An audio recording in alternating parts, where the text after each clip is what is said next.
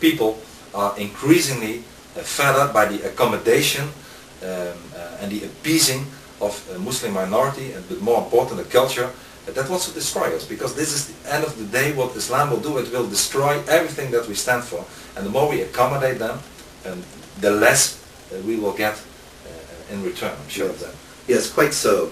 I note with interest, as a matter of fact, that the next step is already happening. And I saw in the news this morning that in Britain there is a supermarket in a local area where there's a large number of Muslims, but not a majority. Yeah. And they are demanding that the local supermarket not sell alcohol because they find it offensive not to sell alcohol. And this is emblematic of the fact that Islamic law applies to non-Muslims, and non-Muslims must submit to it in the classic Islamic model, such that it's not simply the same kind of thing as Catholic family law or Jewish law governing marriages and so on, that because it is expected that non-Muslims must ultimately bow to it.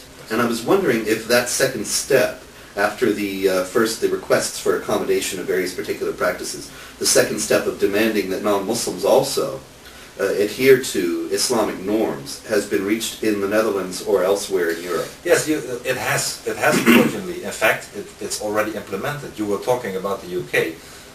We all know that a few weeks ago it became public that they even have Sharia courts today in the United Kingdom. Can't you imagine?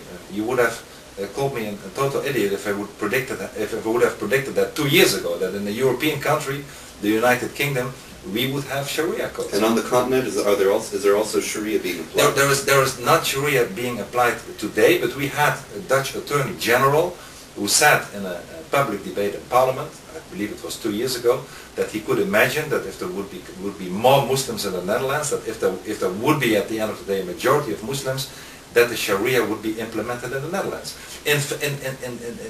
What he should have said is that I will make sure that A, never our country will consist out of 50% of Muslims, but B, even if that would happen, that we would do everything to prevent the Sharia being implemented, because Sharia means end of democracy. Sharia means end of freedom. Sharia means submission to the most terrible Islamic laws. So you see that indeed happening, those kind of demands in Europe and in the Netherlands. Slowly the political elite is giving in, but, and this is the good news, the public, the electorate is increasingly fed up by accommodating Muslims in the way they want to. So the countervailing power against the weak demitude of the political elite is increasingly strong. So you see the UK as a kind of European vanguard in its adoption of Sharia, and you think that continental Europe will follow?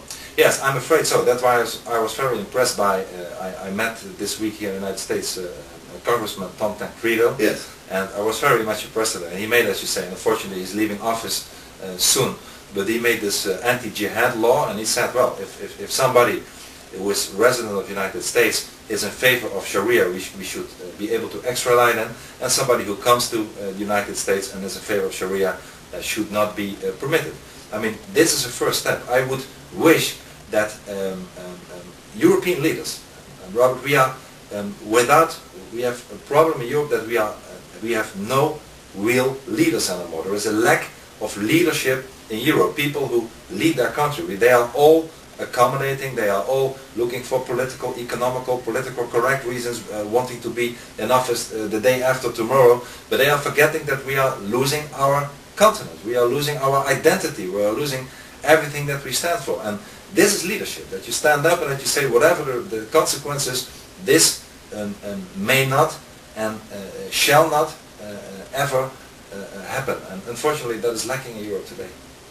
Do you think that in the coming years that there will be a growing movement in Europe against Islamization and that the mainstream parties will take it up?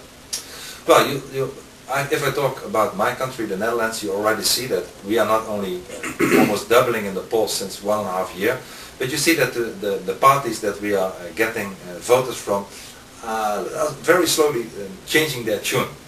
Not perhaps because they really believe in what I say, but because this is politics. They don't like, they want their voters back. So very slowly it might happen, but it will be too late before anything changes. That's why I'm very proud and very happy that there will be an initiative in Jerusalem in December of this year, hosted by Professor ALLthat, a member of Knesset in the Israeli Parliament, and there 10, 20, 30 European lawmakers from respected countries where there is a growth of that kind of parties like my party, like for instance the Danish People Party, that they would come there and not only talk about how bad it is today in Europe, but also try to come with concrete solutions. Excellent. When it comes to immigration, when it comes to initiatives, initial law to ban the Sharia forever. I mean, be concrete and show the people not only that we have solutions and that we are serious politicians, but also show the electorate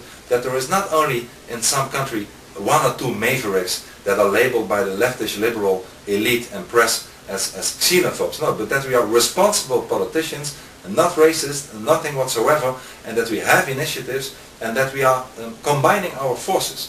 And this is not only a message to the electorate and to the leftist and liberal press and elite in Europe, but it's also a message to the Arab world and to the Islamic world and to the people already in Europe from back. It's a message that there are not only dhimmis in Europe, there are also people who are willing to fight in a democratic way, in a non-violent way, but we will fight you. And we will start now or we will never stop. And that we are aware of what the program is. We are aware of what they're trying to do. Exactly. When the mainstream is still completely clueless about this. You're fully right. Excellent. Excellent. Well, that sounds like a very important conference. It is. And I wish you all success in that. I hope you will be there. I hope so. Okay. Yes, It indeed. will be great. Yes. In any case, do you see then the future of Europe as one in which anti-Islamization groups might actually become a majority? Well, a lot of things have to happen. I was a guest in Switzerland not so long ago in Bad Yeor and her husband. And you know, she wrote this important book, Eurabia. Yes. And I remember when I first read it, like I read with all the pleasure all your books as well, and I learned a lot from it really. That when you read it at the first time, you think, well, it's maybe in the future.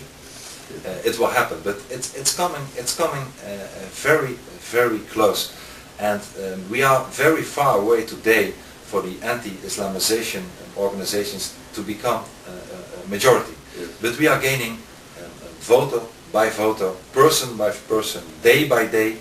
We are gaining ground. We are winning very slowly, but we are winning, and this is so important. So it will not be in a couple of years' time perhaps, but it also depends what the elite, what the ruling dhimmis of the elite will do. Will they change their tune or will they not? Because like I told you, in many countries the gap between the political elite and the vox populi is very, very large. Yes. And if that bridge will not be crossed, then I think it will be even sooner that there would come a majority of people who fight against it.